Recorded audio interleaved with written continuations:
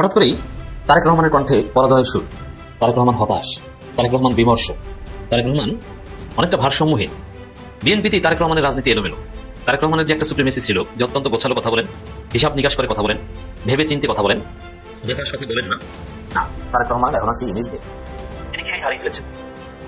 গত 3 দিন যাবৎ তার কণ্ঠে পরাজয়ের সুর। আমরা তো দেখলাম গত 54 বছর যারা মুক্তিযুদ্ধের পক্ষে, যারা মুক্তিযুদ্ধ করতো, যারা সারাদিন মুক্তিযোদ্ধা স্বাধীনতা বলে চিল্লাইতো, তাদেরকে তো আমরা দেখছি তারা কি কি করছে। তারা দেশের টাকা বিদেশে নিয়ে বাড়ি গাড়ি করছে, তারা এই দেশটাকে খুবলায়া খাইছে এবং এই স্বাধীনতার পক্ষের মানুষগুলা এই দেশের মানুষকে হত্যা করছে। যেমন পিলখানার হত্যাকাণ্ড, 24-এর হত্যাকাণ্ড, শাপলা চত্বরের হত্যাকাণ্ড, এগুলা কারা করছে? স্বাধীনতার পক্ষে সবচেয়ে বড় দাবিদার যে আওয়ামী লীগ, তারাই তো করছে। এক সপ্তাহ পরে বাংলাদেশে বাল দিবস বুঝেন তো? বাল দিবস হলো এই 16 ডিসেম্বর আছে না, 16 ডিসেম্বর বাল দিবস।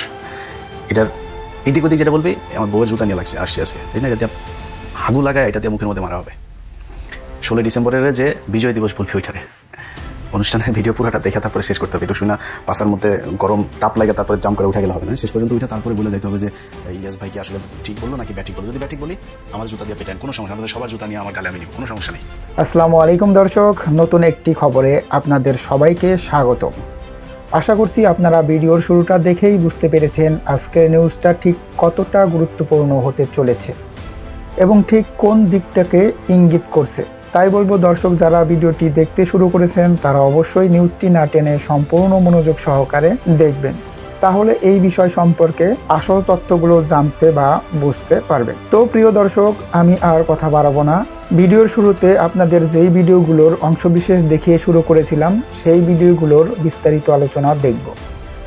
তবে তার আগে অনুরোধ, যারা এখনও চ্যানেলটি সাবস্ক্রাইব করেননি সকলে চ্যানেলটি সাবস্ক্রাইব করে পাশে থাকা বেল আইকন বাজিয়ে দিন, আর যারা ইতিমধ্যে সাবস্ক্রাইব করে রেখেছেন তাদেরকে অসংখ্য ধন্যবাদ। প্রিয় দর্শক, চলুন একটি লাইক দিয়ে আমরা ধারাবাহিকভাবে সবগুলো ভিডিওর বিস্তারিত আলোচনা দেখে আসি। ঘর পরিষ্কার করার জন্য তো ওষুধ আছে, কিন্তু সমাজ পরিষ্কার করার জন্য তেমন কোনো মেডিসিন যদি আবিষ্কার হইতো তাহলে মজা হইতো না? যার যার সমাজে ঘরের পিছনে পিছনে ছিটিয়ে দিত, রাস্তায় ছিটিয়ে দিত। রাতের বেলায় সকালবেলা দেখতাম যে সমাজের পোকা মাকড় গুলা মইরা রাস্তায় পইরা রয়েছে হা হইয়া। হ্যাঁ, বুঝতে পারছেন তো আমি কি বলতেছি? আছে ভাই, আমাদের সমাজে কীট পতঙ্গ আছে, এদের কোনো বুদ্ধি বিবেক কোনো কিচ্ছু নাই, যা পায় তাই ধরে, অন্যটা ছিনা খাওয়াই হচ্ছে তাদের মূল ধর্ম। এর বাইরে কিছু জানে না, মায়া দেওয়া কিছু নাই। দেখেন না, এক একজনরে পিঠায় কিভাবে মাইরা ফেলায়। আমাদের এই নোয়াখালীতে গতকালকে একজনরে পিঠায় মাইরা ফেলাইছে। অবশ্য যারে মারছে তার সম্বন্ধে যেটা শুনলাম, হায় হায়, এলাকার লোক আবার দেখলাম খুব খুশি। হ্যাঁ, আমি এটা অবশ্য সামনাসামনি দেখি নাই, এই ফেসবুকে দেখলাম। কেন খুশি? ওই লোকটা আসামি ভাই। হ্যাঁ, ও অনেক ক্রাইম করে, মানুষের টাকা পয়সা ছিনায় নেয়। ওই টাকা পয়সা ছিনায় নিতে যাই গণধোলাই খায়া বিদায় হয়েছে পৃথিবী থেকে। এর অনেক বদনাম আরও ছিল। মূল কথা, পুরা সন্ত্রাসী। এই সন্ত্রাসীরা বাইরে আছে বলেই আজকে আমাদের সমাজের এই অবস্থা। হ্যাঁ ভাই, নিরাপত্তা নাই। যাই হোক, একটা কথা বলি, এই সমাজ থেকে এই কীট পতঙ্গ দূর করতে কে পারবে? কারা পারবে? এই ওষুধ ছিটাবে কারা? কাদের দায়িত্ব? এই দায়িত্বটা হচ্ছে ভাই যাদেরকে আমরা ভোট দিই তাদের দায়িত্ব। এটা পুরোপুরি তাদের দায়িত্ব যে ভাই আমি তোমারে ভোট দিছি, তুমি এই যে দূষিত মানুষগুলাকে সমাজ থেকে সরাও বলতে একদম পিটায় ওই যে মাইরা ফেলাইবে ওরকম না, মানে জেলে ঢুকায় দাও। আর এমন ভাবে ঢুকাও যেন শুদ্ধ হয়ে বাইর হয়, জেল থেকে বাইর হয়ে যায় ভাই। হ্যাঁ, জেল থেকে বাইর হয়ে যায়। যাক, সন্ধ্যা হয়ে গেছে, বেশি কথা বলুন না। কারণ কি জানেন, আমি বেশ আগে আসছিলাম এখানে, প্রায় 20-25 মিনিট আগে, তখন কিন্তু রোডটা হালকা হালকা ছিল, এখন ডুবে যাচ্ছে। কেন আপনাদের সামনে আসতে পারিনি জানেন? চারিদিক থেকে শুধু আজান আর আজান। এক মসজিদের আজান শেষ হয়, আরেক মসজিদের শুরু হয়, চারিদিক থেকে। আর মাইক লাগানো তো, দূর দূরান্ত থেকে আজানের ধ্বনি আসতেছিল, যার জন্য চুপচাপ দাঁড়ায় ছিলাম, আজানের ধ্বনি শুনতেছিলাম। ঢাকা তো শোনা যায়, কিন্তু আমি যে এলাকাটায় থাকি ওই এলাকাটা শোনা যায় না। যাই হোক, আচ্ছা, এর মধ্যে আপনারা দেখছেন প্রথম আলো থেকে একটা রিপোর্ট বাইরেছে, সেটাতে দেখলাম প্রায় 60% ভোট পাবে বিএনপি আর 25.9 এরকম কিছু আছে আর কি। ওনারা যে জরিপটা চালাইছে এতে জামাতে ইসলাম, দেখছেন ওনাদের জরিপটা, এই জরিপটা কারেক্ট না রং এটা নিয়ে আলোচনা করতে চাই না। কারণ কি জানেন, জরিপটা কেমন? ধরেন আমি যদি একটা জরিপ করি, এখন আপনাদেরকে বলি, আমার এখানে তো ভাই 90% ভোট পাবে জামাত ইসলাম। আমার মনে হয় 95% লোক জামাত ইসলামকে সাপোর্ট দিবে, কারণ যেহেতু আমি জামাত ইসলামকে সাপোর্ট দিই। আমার এখানে যারা আমাকে ফলো করে তাদেরকে আমি যদি বলি আমি একটা জরিপ করতেছি, আপনারা ভোট দেন, জামাতে ইসলামকেই দিবে। ঠিক তেমনি ভাই যারা জরিপ করে না তারাই ভোট বেশি পায়, কারণ তারা ওদেরকেই জিজ্ঞেস করে যারা তাদের পক্ষের লোক, তারা তো জানে কে কি বলবে। এসব জরিপে কিছু যায় আসে না। তবে এইটুকু আমি বলবো, আগে শুনতাম 3%, 5%, এখন শুনলাম 25%, 0.9 পয়েন্টও আছে, আবার দেখেন 9, মানে এমন ভাবে বলছে যেন মানুষ বিশ্বাস করে। তো এই যে আগাইলো এটাই তো অনেক কিছু, তাই না? অনেক কিছু না, ধরে নেন প্রথম আলোর এই রিপোর্ট অনুযায়ী বিএনপি ক্ষমতায় গেছে, খুবই ভালো কথা। তাহলে বিরোধী দলকে জামাতে ইসলাম, তার মানে কি আমরা একটা পাহারাদার পাইলাম। জামাতে ইসলাম কিন্তু ভালো পাহারাদার হইতে পারবে, দেশ চালানোর চেয়ে আমার মনে হয় পাহারাদার হওয়াই ভালো, পাহারা দিয়ে রাখতে পারবে ভাই, কারণ ওনাদের মধ্যে সততা আছে। ধরে নেন যদি ওনারা বিরোধী দলে যায় তাহলে তো ভাই পাহারাদার হয়ে গেল, দেশের জন্য পাহারাদার। আর যারা ক্ষমতায় যাবে তাদের অনেক কিছু মোকাবেলা করতে হবে, অনেক কিছু। এই দেশ এখন যে অবস্থায় আছে ভাই, এখান থেকে সামনে নিয়ে যাওয়া খুব কঠিন। যদি সেই মানুষের ভিতরে ইমানি দায়িত্ব না থাকে তাহলে পারবে না ভাই, কারণ আমাদের এই সিস্টেমটাই তো এরকম একটা সিস্টেমের মধ্যে আমরা আছি। ধরেন আমি ক্ষমতায় আসলাম, আমার কি করতে হবে? আইন বিভাগকে হাত করতে হবে, মিলিটারিকে হাত করতে হবে, আর এই যে মিডিয়া আছে না, এই মিডিয়াটাকে হাত করতে হবে। বাস সবকিছু হয়ে গেল। মনে করেন এই 3টা জায়গা হাত করতে পারলাম, টাকা পয়সা দিয়ে হোক আর যেভাবে হোক সব হয়ে যাবে আমার। কারণ কি অন্যরা পূজা ফলাইবো ভাই, মিলিটারি ওর হাতে, মিডিয়া ওর হাতে, তার মানে কি সবকিছু তো তার হাতে, তাই না?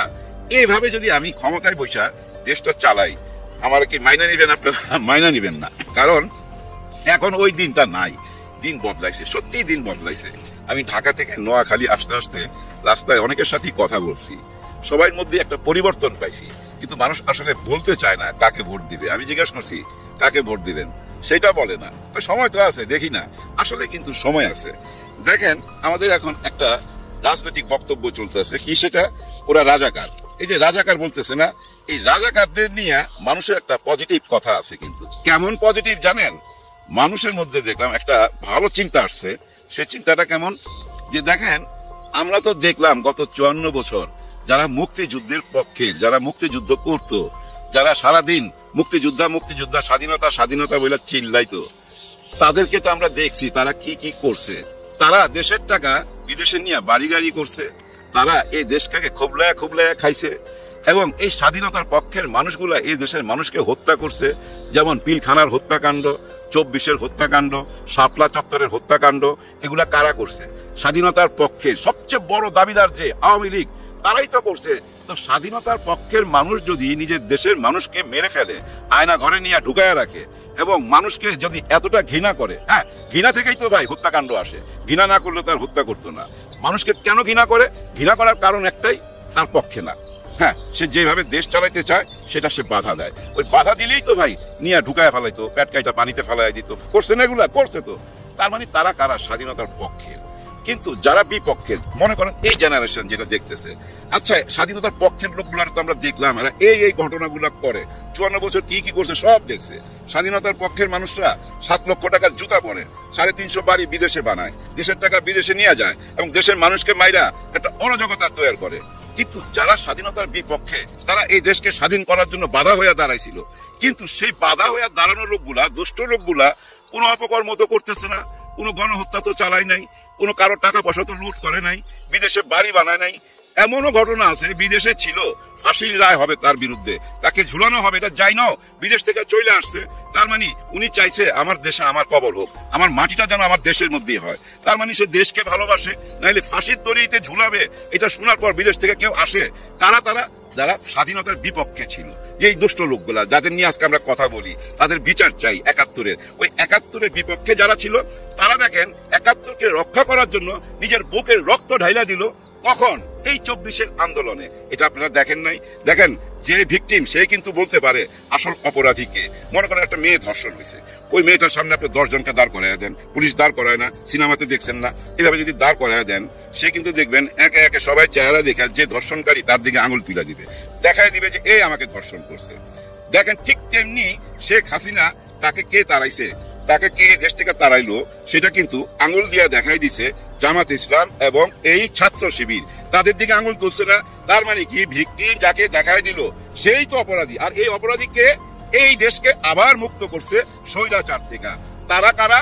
তারা ওই 71-এর শত্রু, 71-এর দুষ্টগুলা নিজের দেশে স্বাধীনতাকে রক্ষা করছে। কাদের হাত থেকে রক্ষা করছে? ভারত তো গিলাই খায়া ফেলাইছিল, সেখান থেকে রক্ষা করছে। এই শেখ হাসিনা তাদের লোক ছিল, ভারতের লোক ছিল। ভারত তাকে যেভাবে চালাইতো সেইভাবে চলতো। আমাদের দেশটাকে বানায় ফেলাইছিল ভাই, তাদের একটা প্রদেশ। এই প্রদেশটাকে আবার মুক্ত করলো কে? জামাত ইসলাম, ছাত্র শিবির। তার কথা ওই যে শেখ হাসিনা যার দিকে আঙুল তুলে দেখাইছে, ওদের কি তো জঙ্গি বলছে, ওদের নাম ধরে বলছে। তার মানে ওরাই আবার মুক্ত করলো যে স্বাধীনতা আমরা 71-এ চাইছি, ওই স্বাধীনতাটাকে আবার মুক্ত করলো, আবার রক্ষা করলো জামাত ইসলাম। এটাই তো প্রমাণ হয়, তাই না? এটাই প্রমাণ হয়। যাই হোক, অনেক কথা বইলা ভালাইলেন, ক্ষমার চোখে দেখবেন।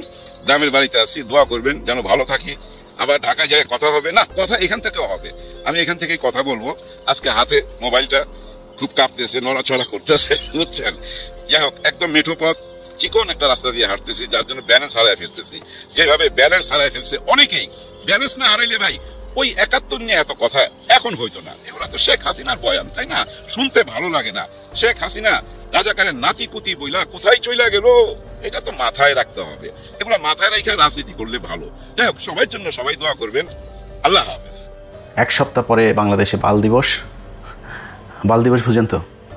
বাল দিবস হলো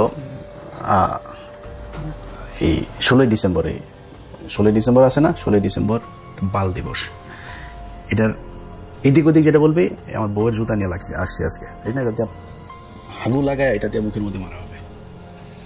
16ই ডিসেম্বরের যে বিজয় দিবস বলবি, ওইটারে অনুষ্ঠানে ভিডিও পুরাটা দেখে তারপরে শেষ করতে হবে। একটু শুনে পাশার মধ্যে গরম তাপ লাগে, তারপরে জাম করে উঠে গেলে হবে না, শেষ পর্যন্ত উঠে তারপরে বলে যাইতে হবে যে ইলিয়াস ভাই কি আসলে ঠিক বললো নাকি ব্যাঠিক বললো। যদি ব্যাঠিক বলি, আমার জুতা দিয়ে পেটান, কোনো সমস্যা, আমাদের সবার জুতা নিয়ে আমার গালে আমি নিব, কোনো সমস্যা নেই। শেষ করে যাইতে হবে, এটা অনুরোধ থাকলো। খুব গুরুত্বপূর্ণ প্রতিটা কথার, মানে এমনিতেও তো মানে দাম আছে। যেমন এই যে কথা বলছি না, 10 মিনিটের কথা অনেক টাকা দেয় কিন্তু ইউটিউব আমাকে। সো এমনিতেও দাম আছে, কথাগুলো অনেক দামি কথা, এটা শুনে যাইতে হবে। বেশিক্ষণ লম্বা করবো না আজকের ভিডিও। মুক্তিযুদ্ধ নিয়ে কিছুই বলা যাবে না, বিশাল আকারে মুক্তিযুদ্ধ নিয়ে একদম আলাপই করা যাবে না। এটা কোরআন নাকি যে এটা কোনো পরিবর্তন নাই, কোনো কিছু নাই, কোনো আলোচনা করা যাবে না। মুক্তিযুদ্ধের সময় এখন পর্যন্ত যারা মুক্তিযোদ্ধা আছে, আমাদেরকে যারা মুক্তিযোদ্ধা বলে, যারা যুদ্ধ করে দেশ স্বাধীন করেছে, এই মুক্তিযুদ্ধ মন্ত্রী ছিল এই যে মুজাম্মেল, নিকোলের বয়ফ্রেন্ড। 5 তারিখের আগের দিন পর্যন্ত নিকোলের মতো এরকম অনেক নারীদের খেয়ে গিয়েছে। তার মানে শরীরে শক্তি টক্তি ভালোই আছে। তো এরকম মুক্তিযুদ্ধ সারা দেশে আছে না? 20,000 টাকা করে ভাতা নিচ্ছে। এদেরকে ডাক দিয়ে আপনি জিজ্ঞেস করতে পারতেন না যে ভাই আসলে কতজন মুক্তিযোদ্ধা ছিল, কে কে রাজাকার ছিল, কার কার মারে পাকিস্তানিরা নিয়ে লাগাইলো? এগুলো করা যাইতো তো, খোঁজ নেওয়া যাইতো না? করেন নাই। কারণ কি? এটা বিশাল একটা গ্যাপ এই জায়গায় আছে। এই ভ্যাকিউম কেউ পূরণ করিতে চায় না। কারণ কি, এইটা করলেই এই যে ব্যবসা, এই ব্যবসা সব শেষ।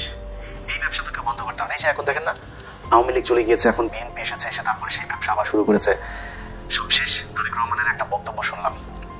তারেক রহমান ভাই, আপনি সব শেষ যে বক্তব্য দিয়েছেন, আপনার বক্তব্য কিন্তু আমরা এই 71-এর মুক্তিযুদ্ধ নিয়ে গত 6 বছরে 7 বছরে আপনার অনেক বক্তব্য আমরা শুনেছি। আপনি কিন্তু একদম মানে পড়াশোনা যে প্রচুর করেছেন ইতিহাস নিয়ে, সেটা বোঝা গিয়েছে। আপনি বই ধরে ধরে তারপরে এই আলোচনাগুলো করতেন, সেই বক্তব্য শুনেছি। আজকের এই 2 দিন আগের যে বক্তব্য আপনি ইতিহাস নিয়ে দিয়েছেন, সেই ইতিহাসের বক্তব্য আর আপনি এতদিন যে বক্তব্য বলেছেন, সেটা মিলছে না একসাথে। যদি আওয়ামী লীগের বয়ান যদি আপনি ইতিহাস মনে করেন, তাহলে আওয়ামী লীগের বয়ান অনুযায়ী আপনার আব্বা কিন্তু একজন রাজাকার। এটা কিন্তু মাথায় রেখে তারপরে ইতিহাস নিয়ে আলোচনা করতে হবে খুব সাবধানে। আর যদি মনে করেন না আসলে ইতিহাস নিয়ে কথা বলতে চাই, ইতিহাস যেটা সত্য সেটাই জানাইতে চাই, তাহলে অনুরোধ থাকবে আল্লাহর রাস্তায় আপনাদের নির্বাচনী ইশতেহারে যেন এবার থাকে কতজন মানুষ মারা গিয়েছে, কতজন মানুষ ধর্ষিত হয়েছে, কতজন মানুষ আসলে মুক্তিযোদ্ধা ছিল, কতজন রাজাকার ছিল, এটা আমরা দিব, এটা জরিপ করবো। আর বেশি দিন সময় নাই কিন্তু। জেনুইন অরিজিনাল মুক্তিযোদ্ধা, এই মুজাম্মেলদের মতো ভুয়া মুক্তিযোদ্ধা, অরিজিনাল মুক্তিযোদ্ধা, তারা কিন্তু এখন সবার বয়সে 70-এর উপরে। আর 5 বছর পরে কিন্তু একটারও খুঁজে পাওয়া যাবে না। খুঁজে পাওয়া গেলেও তাদের বক্তব্য রেকর্ড করতে পারবেন না, কারণ সেই অবস্থা তাদের শারীরিক মানসিকভাবে থাকবে না।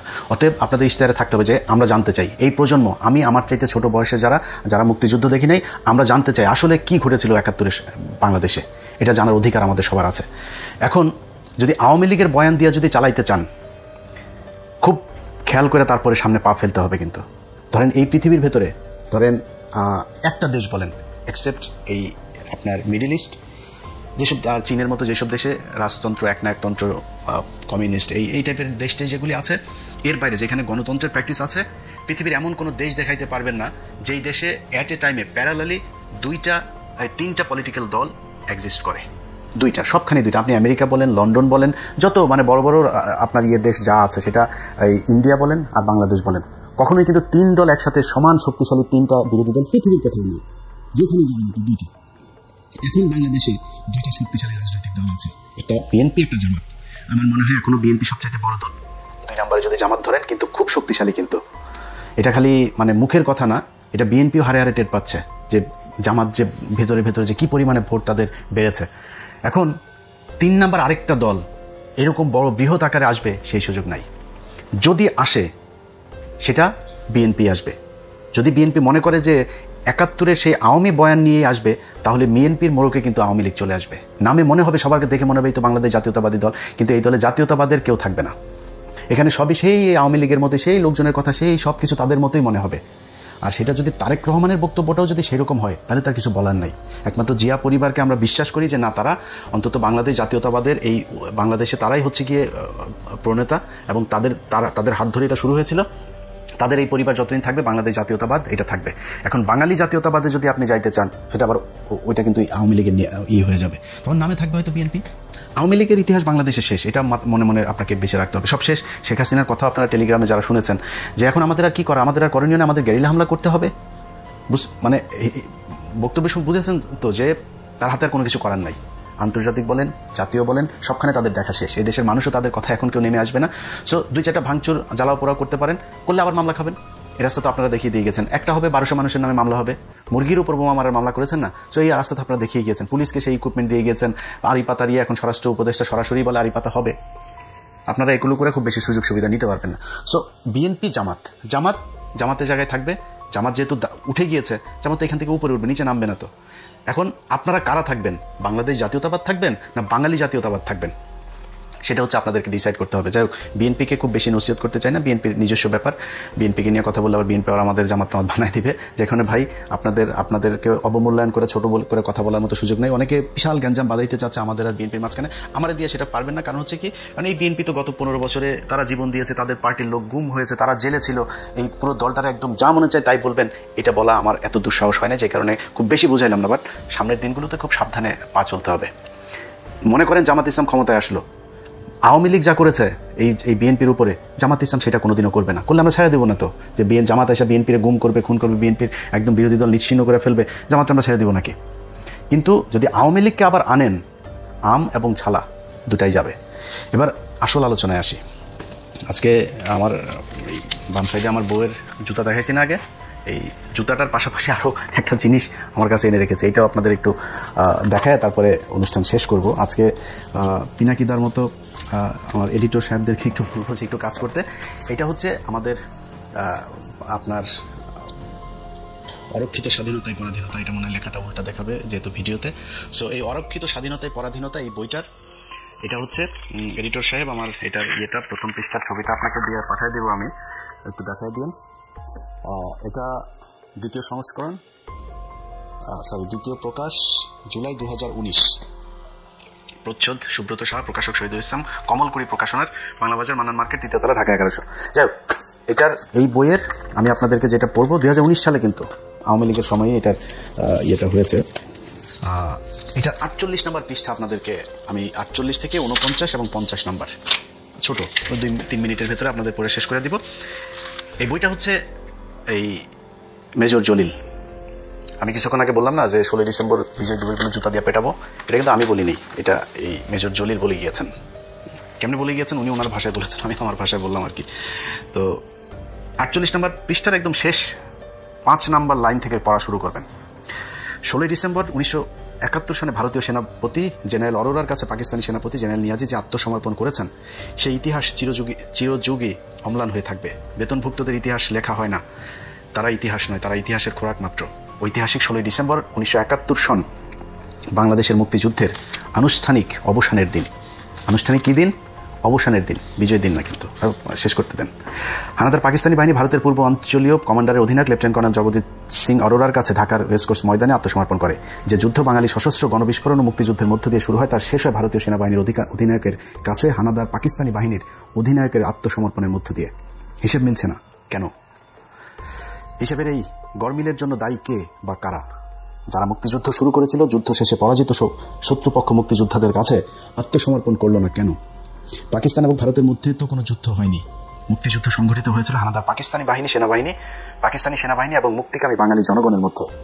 ভারতীয় সেনাবাহিনীর কাছে পাকিস্তানি সেনাবাহিনীর আত্মসমর্পণের হেতুটি দেখা দিল কেন, কোন উদ্দেশ্যে? মুক্তিযুদ্ধের সর্বাধিনায়ক কর্নেল উসমানীর কাছে পাকিস্তানের পরাজিত নিয়াজি আত্মসমর্পণ করলেন না কেন? আত্মসমর্পণের সময় কর্নেল উসমানী উপস্থিত ছিলেন না কেন, অনুপস্থিত ছিলেন কেন? আত্মসমর্পণের বেশ কয়েকদিন পর কর্নেল উসমানী ঢাকায় এলেন কেন? এ সময়কাল তিনি কোথায় ক্ষেপণ করেছেন? তিনি কি তাহলে সত্যি কলকাতায় বন্দী ছিলেন? আজও বাংলাদেশের জনমনে নানান প্রশ্নের ভিড় জমেছে। এসব প্রশ্নের উত্তর দেশবাসী আওয়ামী লীগের কাছে থেকে প্রত্যাশা করেছে, কিন্তু আওয়ামী লীগ নেতৃত্ব এবং ভারতে অবস্থানরত প্রবাসী আওয়ামী লীগ নেতৃত্ব এ সকল প্রশ্নের জবাব দেওয়ার আজ পর্যন্ত কোনো তাগিদই বোধ করেনি। তাছাড়া আত্মসমর্পণের পর এক সপ্তাহের পরে প্রবাসী আওয়ামী লীগ সরকার বাংলাদেশে ফিরে এসে বিনা প্রশ্নে গদিতে বসেন। মুক্তিযুদ্ধের সর্বাধিনায়ক ঐতিহাসিক আত্মসমর্পণ অনুষ্ঠানে কেন অনুপস্থিত ছিলেন সে সত্যটি উদ্ঘাটন করার জন্য আজ পর্যন্ত কোনো তদন্ত কমিটি গঠন করা হলো না। অথচ মুক্তিযুদ্ধের এই অসহায় মহানায়ক কর্নেল ওসমানীর কতই না প্রশংসা। কেন এই মিছিমিছি প্রশংসা? এর অন্তরালে কি রহস্য? রহস্য তো নিশ্চয়ই রয়েছে। ভারতীয় সেনাবাহিনীর অধিনায়কের কাছে পাকিস্তানি সেনাবাহিনীর অধিনায়কের আত্মসমর্পণের মধ্য দিয়ে প্রকৃত পক্ষে 16 ডিসেম্বর, যাকে আমরা বিজয় দিবস হিসাবে অভিহিত করি, যাকে আমরা 16 ডিসেম্বর বলে অভিহিত করি, সেই দিন থেকে বাঙালির মুক্তিযুদ্ধকে সরাসরি অস্বীকার করা হয়েছে। 16 ডিসেম্বর যোদ্ধাদের বিজয় দিবস এর পরিবর্তে ভারতীয় সেনাবাহিনীর বিজয় দিবস হিসাবে ইতিহাসে আনুষ্ঠানিকভাবে চিহ্নিত করা হয়েছে। এই ষড়যন্ত্রের পেছনে আসলে উদ্দেশ্য হচ্ছে বাঙালির স্বাধীনতা সংগ্রামকে অস্বীকার করা এবং পাক ভারত যুদ্ধে পূর্বাঞ্চলের রণাঙ্গনে ভারতীয় সেনাবাহিনীর বিজয় ঘোষণা করা। এই বিজয়ে বাংলাদেশের মুক্তি পিপাসু জনগণ ও মুক্তিযোদ্ধারা ছিল নীরব দর্শক। আওয়ামী লীগ নেতৃত্ব ছিল বিনয়ী তাবেদার এবং কর্নেল ওসমানী ছিলেন অসহায় বন্দী। এ যেন ছিল ভারতের বাংলাদেশ বিজয় এবং আওয়ামী লীগ সরকার এ নববিজিত ভারত ভূমির যোগ্য লিজ গ্রহণকারী সত্তা। সুতরাং যেমন সত্তা তেমনি তার শর্ত। আর যায় কোথায়? এ তো গেল 16 ডিসেম্বরের সম্পর্কে কিছু কথা। অনুরূপভাবে 17 ডিসেম্বর তারিখে খুলনায় সার্কিট হাউস ময়দানে পাকিস্তান সেনাবাহিনীর আনুষ্ঠানিক আত্মসমর্পণ পর্ব অনুষ্ঠিত হয়। নবম সেক্টরের অধিপতি হিসাবে আমি সেখানে উপস্থিত থাকলেও ভারতীয় সেনাবাহিনীর কর্তৃপক্ষ আমাকে একরকম জোর করেই পেছনের সারিতে ফেলে দেয়।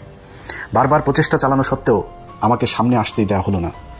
আমার প্রতিপক্ষ ভারতীয় সেনাবাহিনীর মেজর জেনারেল দালবীর সিংকে দিয়েই সেই আত্মসমর্পণের নেতৃত্ব বজায় রাখা হয়। অথচ দালবীর সিংয়ের অধীনস্থ সৈন্যরা যুদ্ধক্ষেত্রে সবসময় আমার বাহিনীর অনেক পেছনে অবস্থান করত। মুক্তিযোদ্ধাদের দীর্ঘ 9টি মাসের অসীম ত্যাগ, তিতিক্ষা আর আত্মাহুতির মধ্য দিয়ে রচিত বিজয় পর্ব এভাবে ভারতীয় শত্রু চক্র দ্বারা লুণ্ঠিত হয়ে যায়। সংগ্রামী লড়াকু বাঙালি জাতি প্রাণপণ যুদ্ধ করেও যেন বিজয়ী হতে পারল কেবল অপরের করুণায় বিজয় বোধ দূর করে অনুভব করতে। বিজয়ের সরাসরি স্বাদ থেকে কেবল বাঙালি জাতি বঞ্চিত হলো না, বঞ্চিত হলো প্রকৃত স্বাধীনতা থেকেই। সুতরাং সেই বঞ্চনাকারীদের কবল থেকে বঞ্চিতদের ন্যায্য পাওনা আদায় করার লক্ষ্যে আরেকটি প্রকৃত মুক্তিযুদ্ধের প্রয়োজন কি এখনো রয়ে যায়নি? এবার শুরুতেই যে জুতাটা দেখাইছি না, এই পৃষ্ঠা পড়ার পরে কে জুতা খাইতে চাস আর কে জুতা মারতে চাস এটা আমার জানাস। এই যে বইটা পড়লাম, এই বইটা একজন সেক্টর কমান্ডার, অনেক এই ভারতীয় চক্র এরা বলে থাকে যে 16 ডিসেম্বর বাংলাদেশের সব সেক্টর কমান্ডাররা, মেজর জিয়া, তারপরে এই আপনার কর্নেল ওসমানী যিনি সর্বাধিনায়ক ছিলেন, তারপর ওইদিকে তাজউদ্দিন ওরা থাকলেও বুঝতাম ওরা আমাদের দেশের লোক, সবাই নাকি আসতে পারেনি, অনেক দূরে দূরে ছিল। মেজর জলিল লিখে গিয়েছেন যে 17 তারিখ এই 16 ডিসেম্বর ঢাকাতে যেটা রেসকোর্স ময়দানে হয়, 17 তারিখ খুলনা নবম সেক্টর, যেটা সবচাইতে বৃহৎ সেক্টর 1971 সালের, ওই সেক্টরের অধিনায়ক ছিল মেজর জলিল। তিনি ওখানে ছিলেন। তো ওই অধিনায়ক হিসাবে ওইখানে তার নেতৃত্ব দেওয়ার কথা না, তার পেছনের সারিতে ধাক্কায় ফেলাই দিয়েছে। এটা হচ্ছে আমাদের বিজয়। মেজর জলিল লিখে দিয়ে গিয়েছেন আরেকটা বিজয় দিবস আমাদের প্রয়োজন। লিখেছে না, সব শেষ লাইনটা পড়লাম না, আবার পেছনে ঘুরে শুনেন। সেটা হচ্ছে 5ই আগস্ট। এই কারণে 5 আগস্ট আমাদের বিজয় দিবস।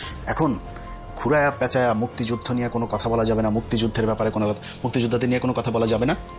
তাইলে মেজর ডালিম কই, কর্নেল হুদা কই, মেজর কর্নেল নূর কই, কর্নেল ওই যে রশিদ কই, তারা কোথায়? তাদেরকে দেশে থাকতে দিস নাই কেন? যেসব মুক্তিযোদ্ধারা বাংলাদেশে যে বুকের মধ্যে যে ধনেটা লাগাই দিয়ে তারপরে ঘুরে না, শালারা সব ভুয়া মুক্তিযোদ্ধা।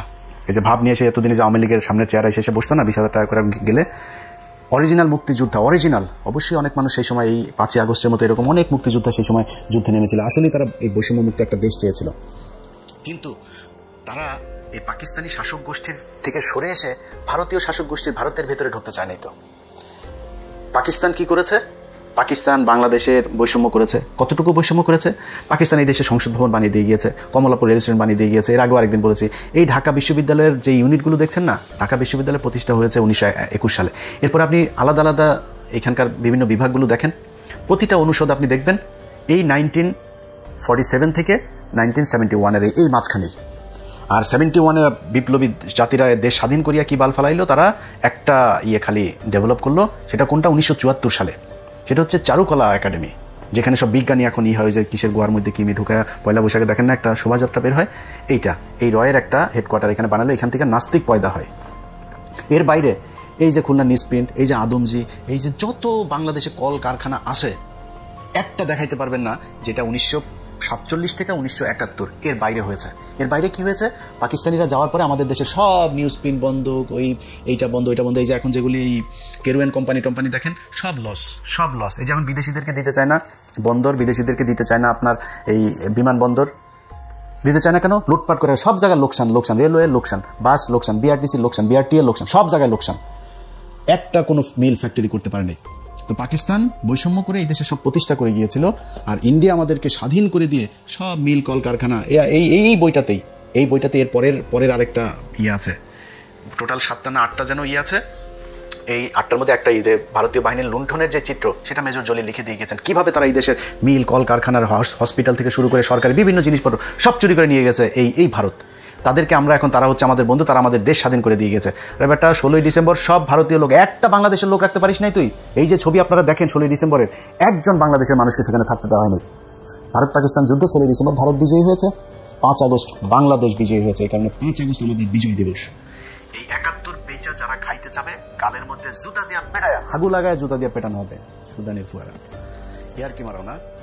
16ই ডিসেম্বর আর 71 শেখ মুজিবকে নিয়ে আপনারা উত্তেজিত হয়েন না, উত্তেজিত না হয়ে চুপচাপ থাকেন। এই যে শাহরিয়ার ভাই দেখেছেন না, পদে আগুন লাগিয়ে দিয়েছে। এদের পদে আগুন, এই চাপাবাজি করার দরকার নেই ভাই। বই দেখায় মুক্তিযোদ্ধারা যে বই লিখে দিয়ে গিয়েছে, তাজউদ্দিনের মেয়ের বই যদি পড়েন, আওয়ামী লীগের লোকের 90% ইমান চলে যাবে। খালি তাজউদ্দিনের মেয়ের, এই তাজউদ্দিন আহমেদ নেতা ও পিতা বইটা পড়বেন, 99% ইমান ওই দিনই শেষ হয়ে যাবে। আওয়ামী লীগের প্রতি ওদের তো এটা ধর্ম, ওই ধর্মের যারা বাসিন্দা আছেন সব ইমান শেষ হয়ে যাবে। বই দেখায় পৃষ্ঠা নাম্বার বলে কালকে বই বের করছি সব, ওখানে কোন মার্ক করে রাখছে, যে মার্ক করা দেখছেন না বইয়ে, মার্ক করে রাখছে। কিন্তু এগুলি যখন যেখানে মনে করেছে যে এটা ভবিষ্যতে কাজে লাগবে, তো ওইটা এই কারণে মার্ক করে রেখেছে। এগুলো সব এক এক করে আপনাদের সব দেখানো হবে। মুক্তিযুদ্ধ নিয়ে কত জাউরামি হয়েছে এই দেশে, এই জাউরামি থেকে এই জাতিকে বের হইতে হবে। এই বালের মুক্তিযুদ্ধ বেচাই দেয় জাতির আর খাইতে দেওয়া যাবে না। এবং এই দেশের মানুষ ওই মুডেও নাই। ওরা সারাদিন চিল্লাপাল্লা করুক ফেসবুকে, ওদের গ্রুপে মোটামুটি মানে জায়েদ খান আগে ছিল না, ওই যে চলচ্চিত্রের এক জোকার, আমাদের এখানে এখনকার এক এই জোকার, ওই যে আমতারেক তারেক, তারপরে ওই যে বিরানি আলম টালম, এইসব জোকার কিছু, ওদের খালি এখন হিরো আলম ছাড়া মোটামুটি সবাইকে ওরা ওদের দলে নিয়ে নিয়েছে। কোনো ভদ্র শিক্ষিত, কোনো যারা ইতিহাস জানে, যাদের মানুষ পছন্দ করে, যারা দেশপ্রেমিক, যারা দেশের কথা বলে, একজন ওনাদের দলে নাই। ওনাদের দলে এখন সব এই সোর ফাট যেগুলি আছে। হিলাল আলম ভাই, আপনারা রাগ করেন, এমনি আপনার নাম বললাম, আপনি তো ফান করেন, মজা টজা দেখান, এই কারণে বললাম আর কি। মানে আপনারা যে কোনো সময় এখানে নিয়ে নিতে পারে, যদি আপনি ওদের মতো অসভ্য না, এটা আগে বুঝাই নিলাম। যাই হোক ভাই, এই মুক্তিযুদ্ধের ইতিহাস নিয়ে ওরা যেভাবে কথাবার্তা বলে, কিচ্ছু বলা যাবে না। যদি সেটা হয় তাহলে মেজর ডালিমকে দেশে ফিরে আনতে হবে, মাপ চায়। নূর ভাই আছে, ওনাকে দেশে নিয়ে যাইতে হবে। এখানে রাশেদ ভাই আছে, রাশেদ ভাইয়ের মাপ চায় দেশে নিয়ে যাইতে হবে। তো এগুলি করা লাগবে। রাশেদ ভাই আমি জানি না, রাশেদ ভাই অনেকদিন ধরে উনি আমার ফোন টোন, ওনার সাথে কথা হয় না, অসুস্থ কিনা জানি না। যাই রাশেদ ভাই ভালো থাকেন। প্রিয় ডালিম ভাই, আপনাদের ইনশাল্লাহ যদি নাকি আল্লাহ কোনোদিন সুযোগ দেন, আপনারা এই জাতির অরিজিনাল মুক্তিযোদ্ধা, যেটা বললাম যে যারা এতদিন ধরে এই যে বুকে এগুলি লাগতো, এগুলি সব ভুয়া মুক্তিযোদ্ধা। এই শালারা একটাও মুক্তিযুদ্ধ করেনি। যারা মুক্তিযোদ্ধা, তাদের মাথা মানে পাগলের মতো আচরণ করেছে 16ই ডিসেম্বরের পর থেকে, যে আমরা কি স্বাধীন করলাম, এটা তো স্বাধীন হয় নাই। 15ই আগস্ট এই মুজিবের গোষ্ঠী শুদ্ধ বিচিতে চাইপা, তারপর ওরা একটু শান্তি পেয়েছিল। সেটারও আবার জিয়াউর রহমান আবার পদ মেরে দিয়েছেন। জিয়াউর রহমান এই লোকগুলোরে থাকতে দেন নাই। জিয়াউর রহমান যদি ওই দিন এই লোকগুলোরে থাকতে দিত, তাইলে কিন্তু জিয়াউর রহমানকেও মরতে হয় না, এই দেশও আবার ভারতের ইয়েতে যায় না। অতএব জিয়াউর রহমান একজনকে এনেছিলেন, সেটা হচ্ছে শেখ হাসিনা, এনে নিজে জীবন দিয়েছিলেন। এখনকার বিএনপির তারেক রহমান সাহেব যদি ভালোবেসে আবার শেখ হাসিনা বা আওয়ামী লীগের জয় পুতুল এদেরকে আনতে চান, আপনার অবস্থাও কিন্তু আপনার বাপের মতোই হবে। অতএব খুব হিসাব করে লস কতটুকু করবেন। হ্যাঁ, আপনি এবার হয়তো ক্ষমতায় না আসতে পারেন, পরের বার আসবেন, দল গুছান, ভালো করেন, আপনি জামাত ইসলামের তো ভুল আছে, দোষ আছে, সমস্যা আছে, সেগুলি তুলে ধরেন। আপনার পরের বার আসবেন, মেরে ফেলবে না, মাজা কোমর ভাঙবে না, দেশ থেকে বের করে দিবে না, পয়জন দিয়ে জেলখানায় নিয়ে আপনার মায়ের মতো মারবে না। দেশে থাকতে পারবেন, একটা সহনশীল পরিবেশ থাকবে। এই যে এইবার অনেক কিছুই তো হচ্ছে জামাত বিএনপির মধ্যে, আপনি দেখেন জামাতের লোকজন যাচ্ছে হসপিটালে দেখতে, বিএনপির মহাসচিব এই বদমাইশও দেখলাম তায়ের বাইরে দেখতে গেছে, তাও এতটুকু তো আছে এখনো পর্যন্ত। আওয়ামী লীগের সাথে কি এটা ছিল নাকি? আর ভাই আপনি বিরোধী দল, একটা রাষ্ট্র জমি নিয়ে 1 কাঠা জমি নিয়ে মারামারি করে মানুষ মারা যায়, একটা রাষ্ট্রের ক্ষমতার এটা নিয়ে 2-4-5 হাজার মানুষ মারা যেতে পারে, কিন্তু আপনার সাথে একদম মানে বিচ্ছিন্ন হয়ে যাবে, ওরা আরেক দেশ আইনা তারপরে এই দেশ দখল করায় ওদেরকে শায়েস্তা করতে হবে, গুম করতে হবে, জঙ্গি নাটক সাজাইতে হবে, এগুলি এই দেশে চলতে দেওয়া যাবে না। আর তারা যত উত্তেজিত হয়ে যাচ্ছে না, এত উত্তেজনার কিছু নাই। শাহরিয়ার ভাই একা না, শাহরিয়ার ভাইয়ের সাথে এই দেশের প্রতিটা মানুষ আছে।